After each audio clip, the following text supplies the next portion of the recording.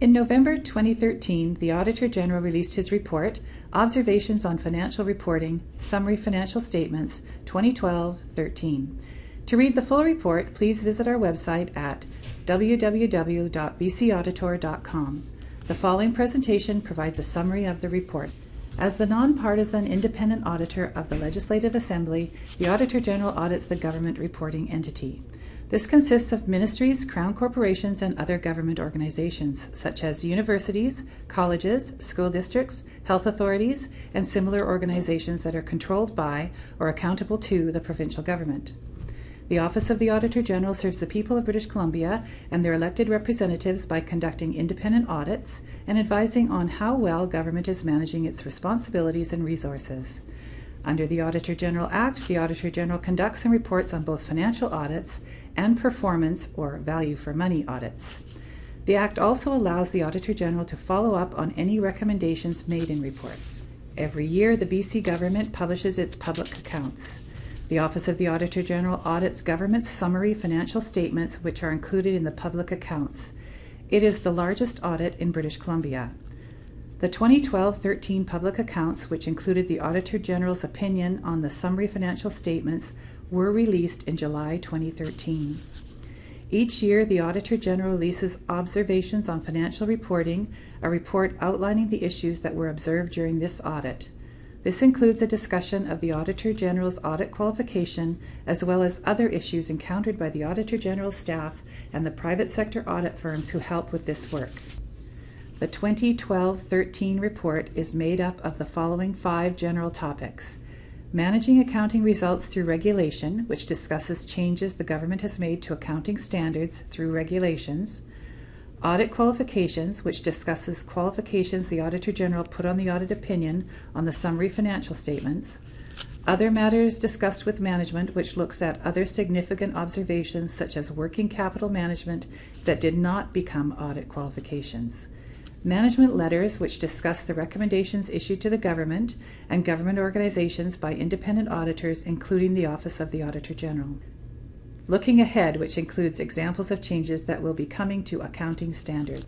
All government entities have adopted one of 2 independent accounting standards to use when preparing their financial statements, either International Financial Reporting Standards, IFRS, or Public Sector Accounting Standards, or PSAS. Government has introduced 2 regulations that affect these independent standards. Regulation 257/2010, Rate Regulated Accounting, which only impacts BC Hydro, and Regulation 198/2011, Deferred Revenues. In our view, these regulations modify these independent standards and therefore modify Generally Accepted Accounting Principles, or GAAP. This led us and other private sector audit firms to issue 50 compliance audit reports, which mean that the entity's financial statements are fairly presented according to the framework they have chosen, but not according to GAAP. The Deferred Revenues Regulation also led to 2 of the 3 qualifications found in our audit opinion this year. Here is a summary of the audit reports we issued. The majority of them were compliance audit reports due to organizations following this regulation on deferred revenues. In one case, we issued a qualified audit report as a result of how the organization accounted for material government transfers and restricted revenues. We also issued 31 unqualified audit reports. The report also contains a discussion of the 3 qualifications the Auditor General included in his opinion on government summary financial statements. The first qualification is around the consolidation of the Transportation Investment Corporation. This qualification has been on our report for several years, but we anticipate removing it in the near future once the TIC can maintain its operations and meet its liabilities from outside revenues, in this case tolls. The second 2 are related to the deferral of revenue received from either government transfers or restricted revenues, such as private donations to a university that is earmarked for the construction or purchase of an asset. This is directly related to the Deferred Revenue Regulation mentioned earlier. That regulation instructs government to continue to recognize the funds over the life of the asset. However, new accounting standards, which came into effect this year, introduce stricter rules about this and generally say that you must account for the money once it is used to build or purchase the asset. If government had applied this standard the way that our office and many major private firms believe they should have, they would have reported a surplus of $1.7 billion rather than a deficit of $1.1 billion. We also encountered other matters that were of concern but not serious enough to include in the audit qualifications. Of the 42 errors we encountered in our audit, 5 remain uncorrected. We will continue to discuss these uncorrected errors as well as errors that government disagreed with in the coming months. We remain concerned with government's progress in improving its management of working capital, for example, cash on hand and short-term investments. We first brought this to government's attention in our 2010 report, Aspects of Financial Management. In that report, we made recommendations on how to improve the issue. We plan to revisit government's progress on the issues raised in our 2010 report later this year.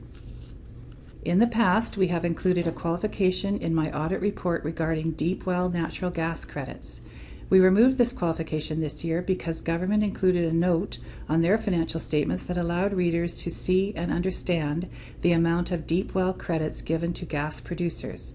However, we continue to recommend that government record these credits as a liability.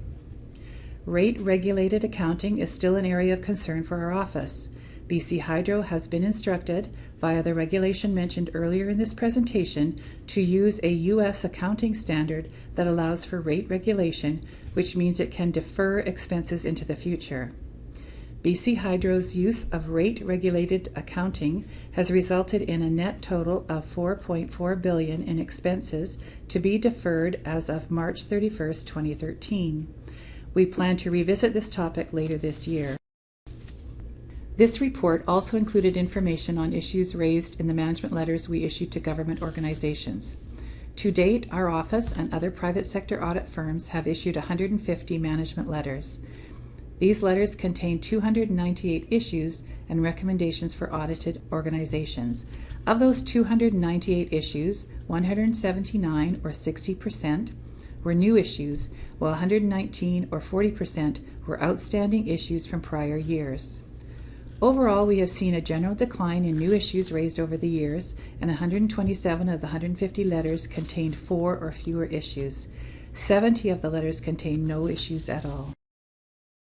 As stated in this report, we recommend that government record government transfers as required by Canadian public sector accounting standards, record restricted revenues as required by Canadian public sector accounting standards, record deep well credits as a liability of the province as required by Canadian public sector accounting standards, provide detailed disclosure of the British Columbia Public Service Long-Term Disability Plan in the notes to the summary financial statements as required by Canadian public sector accounting standards. That concludes our summary of this report. To read this report and our other publications, or for more information about our office, please visit our website at www.bcauditor.com. The Office of the Auditor General encourages your feedback on this report, as well as your suggestions for further audits. We look forward to hearing from you.